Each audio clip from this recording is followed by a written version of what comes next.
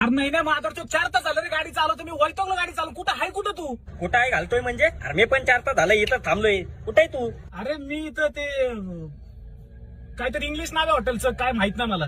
तुझ्या वडिलांचं नाव काय आहे? अरे त्याचा इथं काय संबंध आता. नाही नाही सांग ना. तुकाराम. तुकाराम. तुकारामांना सांग शाळेत घातलेले पैसे वाया गेलेत. लावड्या तुला नाव वाचता येत नाही. हे ऐक ना ती पूजा कुठं काय म्हणत होती रे ऑर्चिड ना हा ठीक आहे. हा अरे ते ऑर्चिड हॉटेलची इथे मी. किती वेळ लागेल? अरे लावडा घरात आता बसला तर लाव ना अंदाज ऑर्चिड पासून तुझ्या घरापाशी यायला किती वेळ लागेल. मी अंदाजा लावायला बसलोय घरामध्ये.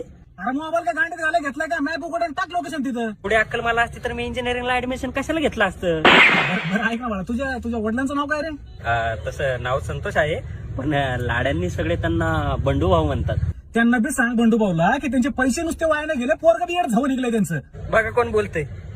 तुला इंग्लिश नाव वाचता येत नाही आणि मला येणं जाऊ म्हणतो का. ए भोसाड्यात गेला तू चाललो परत घरी मी निघ. ए अरे येणार राव पाशा. बरं ठीक आहे थांबलाय कुठं तू.